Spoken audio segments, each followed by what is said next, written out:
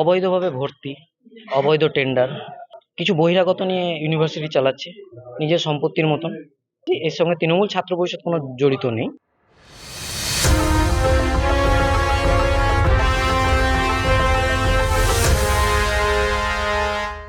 অবৈধভাবে ভর্তি, অবৈধ টেন্ডার, যেগুলো ভাইস চ্যান্সেলর মুর্শিদাবাদ বিশ্ববিদ্যালয় এবং রেজিস্টার করছে, কার মদতে করছে আমরা সেই জবাব আজকে নিতে এসেছি, ডেপুটেশন দিতে এসেছি। কিছু বহিরাগত নিয়ে ইউনিভার্সিটি চালাচ্ছে নিজের সম্পত্তির মতন। মর্নিং তুলে দেওয়ার ব্যবস্থা এই কলেজে। গরিব ছেলেমেয়েরা পড়বে কোথায়? মর্নিংয়ে তারা কাজ করে এসে পড়ে। বিভিন্ন আমাদের ইস্যু আছে। এবং মেন বিষয় হচ্ছে ভর্তি, বেআইনিভাবে ভর্তি। মোটামুটি 50-60টার কাছাকাছি বেআইনি ভর্তি হয়েছে, অবৈধ ভর্তি সব। তার প্রুফ আছে আমাদের কাছে। আমাদের কাছে বেশ কিছু নাম এসছে, যারা চান্স পায়নি তারাও এসে রেজিস্ট্রারের কাছে, ভিসির কাছে অ্যাপ্লিকেশন করেছিল যে আমাদের এততে নাম থাকার কারণে আমাদের পরে যারা দূরে নাম তারা কি করে পেয়ে যায়। তাদের রিসিভ করা কপি আমাদের কাছে আছে, সব কিছু আমাদের কাছে আছে। আমরা তার রেজিস্ট্রারের কাছে আজকে এসেছি। এর সঙ্গে তৃণমূল ছাত্র পরিষদ কোনো জড়িত নেই। আমরা বহিরাগত আছে 7-8 জন, অনেকে আছে। নাম আমরা হয়তো বলছি, পরে বলবো, আমরা এখন জানাবো না নামটা। প্রাক্তন ছাত্র, অনেকে পড়ে না, অনেকে এমনি এসে আড্ডা মারে, অনেক কমপ্লেন, মেয়েদেরকে টোন টিটকারি, অনেকে প্রবলেম আসে। আপনাদের সেম অভিযোগ করছে ছাত্র পরিষদ এবং তারা বলছে তৃণমূল ছাত্র পরিষদ। এর মধ্যে তৃণমূল ছাত্র পরিষদ মানে অভিযোগ জড়িত নেই। তৃণমূল ছাত্র পরিষদ সব বহিরাগত। তৃণমূল ছাত্র পরিষদ তো আমরাই। আর তৃণমূল ছাত্র পরিষদ কোথায় আছে এখানে? হ্যাঁ, না, তৃণমূলের সদস্য কি আমার জানা নেই, হতেও পারে। কিন্তু আমরা তৃণমূল ছাত্র পরিষদ কলেজ চালাবে, অন্য বহিরাগত কেউ কলেজ চালাবে না। তৃণমূল ছাত্র পরিষদ স্টুডেন্ট আছে কলেজে, যারা পড়াশোনা করবে তারা কলেজ পরিচালনা করবে, বহিরাগত কেউ কলেজ পরিচালনা করবে না। কারণ আমরা মনোজিৎ কাউকে আর দ্বিতীয় তৈরি করতে পারবো না, বা দ্বিতীয় হতে দেবো না মনোজিৎ মতন কোনো স্টুডেন্ট। প্রথম কথা হলো, ইউনিয়ন রুমগুলোকে বন্ধ রাখার নির্দেশ দিয়েছে হাইকোর্ট থেকে, কিন্তু আমরা দেখতে পাচ্ছি বিভিন্ন জায়গায় ইউনিয়ন রুমগুলোকে বন্ধ করে সেই নামগুলো মুছে দিয়ে কোথাও কমন রুম লেখা হচ্ছে, কোথাও ইউনিয়ন রুম বাইরে থেকে কার্যকর করছে। যেমন টিএমসিপি এই কলেজেও বিভিন্ন জায়গা থেকে আমরা দেখতে পাচ্ছি যে বিভিন্ন জায়গা থেকে আমরা খবর পেয়েছি তারা অবৈধভাবে কিছু ভর্তি প্রক্রিয়া চালিয়েছে।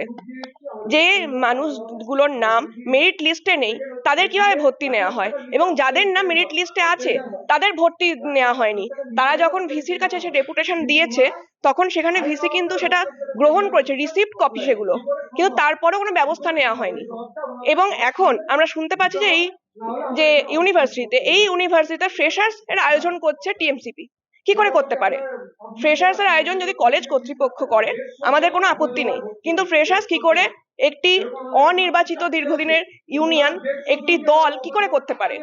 এবং সেটাও হাইকোর্টের নির্দেশ না মেনে এটা চলছে, এবং ভিসি কোনো রকম ভাবে কোনো কাঠপুতুলের মতো বসে আছেন, উনি কোনো পদক্ষেপ নিচ্ছেন না। এই সমস্ত কিছু নিয়ে আজকে আমরা ওনার কাছে জবাবদিহি চাইতে এসেছি। হ্যাঁ, এই তথ্য আমাদের কাছেও আছে। এই তথ্য এর আগে যে সমস্ত স্টুডেন্টরা ওনার কাছে ডেপুটেশন দিয়েছেন তাদের কাছেও সেই নথি তারা প্রোভাইড করেছে এবং সেগুলো রিসিভ করা হয়েছে, কিন্তু তারপরও তাদেরকে কোনোভাবেই ভর্তি প্রক্রিয়ায় অংশগ্রহণ করতে নেওয়া হয়নি। অবৈধভাবে অন্য কিছু অদ্ভুতভাবে কিছু ভুতুরে নাম ঠিকানা ঢুকিয়ে দেওয়া হয়েছে, এবং তারা কোথা থেকে এলো, তাদের মেরিট লিস্টের নাম কোথায়, সেসবের কোনো উত্তর এখনো অব্দি ভিসি সাহেব দেয়।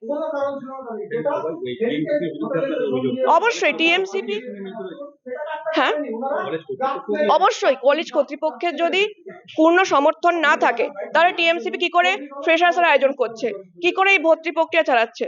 আমরা দেখতে পাচ্ছি বিভিন্ন ইউনিয়ন রুমগুলো হয়ে গেছে কাটমানি খাওয়ার জায়গা, বিভিন্ন রকমের অবৈধ ব্যবসা, গাঁজা চরসের ক্ষেত্র হয়ে দাঁড়িয়েছে, এবং মেয়েদেরকে হেনস্থা করার জায়গা। সেটা কসবা ল কলেজ বলুন কি হাওড়া নরসিংহ দত্ত কলেজের ছেলেদের উপরও আমরা জানি অত্যাচার হয়েছে। এবং এখনো এই ইউনিয়ন রুমগুলোকে বন্ধ করতে হবে, এবং বাইরে থেকেও যাতে ইউনিয়ন রুমের ওইসব লোকেরা কোনো রকম কোনো দল যাতে কোনো কাজ না করতে পারে যতদিন অব্দি নির্বাচন হচ্ছে, সেই সমস্ত দাবি নিয়ে আজকে আমরা এখানে এসেছি। এই দেখছেন আমাদের যে 4 জন, সুলতানা পারভিন অ্যাপ্লিকেশন 412172 জিওলজি, তারপর 2 নম্বর অ্যাপ্লিকেশন 4120-153 শ্রেয়সী চন্দ্রা জিওগ্রাফি, 4 নম্বর অ্যাপ্লিকেশন 4119-555 সায়ক সাহা জিওগ্রাফি, 4 নম্বর অ্যাপ্লিকেশন 4120-303 কোয়েল সাহা জিওগ্রাফি। এদের মেরিট লিস্টে কোথাও নাম নেই। যাদের মেরিট লিস্টে নাম আছে ভিসি নিজে রিসিভ করেছে, তাদের কমপ্লেন নিজে রিসিভ করেছে।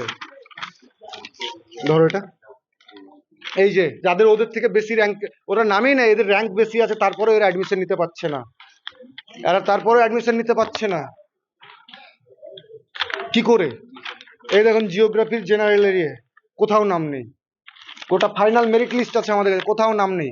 এমনকি ওনারা যেটা 1 লাখের নিচে হলে অফলাইন টেন্ডার করতে পারে, সেখানে ওনারা অফলাইন টেন্ডার করছে 20-22 লাখের ফ্রেশার্সের মতো, ডিজে স্টেজ, তারপর স্পোর্টসের মতো অ্যানুয়াল ফাংশন ওনারা অফলাইন টেন্ডারে দিচ্ছে। কি করে, কোন ভিত্তিতে, কিভাবে পাচ্ছে, কোন অথরিটিতে করছে? আর যে ফ্রেশার্সে যে টাকাগুলো তোলা হচ্ছে, তারা কোন অথরিটিতে টাকাটা তুলছে? আমাদের এই ব্যাপার নিয়ে এর আগেও 7 দফার দাবি নিয়ে ডেপুটেশন দেওয়া হয়েছিল, তারা কোনো ব্যবস্থা নেয়নি। তার বিরুদ্ধে আজকে মুর্শিদাবাদ জেলা ছাত্র পরিষদের পক্ষ থেকে বিশ্ববিদ্যালয় অভিযান প্রক্রিয়া শুরু করেছে। আর যতক্ষণ না আমাদের এদের ভর্তিগুলো কনফার্ম করে দিতে হবে, সুনিশ্চিত করতে হবে, ততক্ষণ আমরা অবস্থান বিক্ষোভ করব, ততক্ষণ আমরা এইখানেই বসে থাকবো। যা হয়ে যাক, যতই যেভাবে হোক ইয়ে করুক, আমরা সরবো না এখানে। আর আমাদেরকে যা বলতে হবে সবার সামনে সব জবাব ওনাদেরকে দিতে হবে, নামলে আমরা উঠবো না। ছাত্রছাত্রীর স্বার্থে ছাত্র পরিষদের দাবি নিয়ে এটা আমাদের চলবে।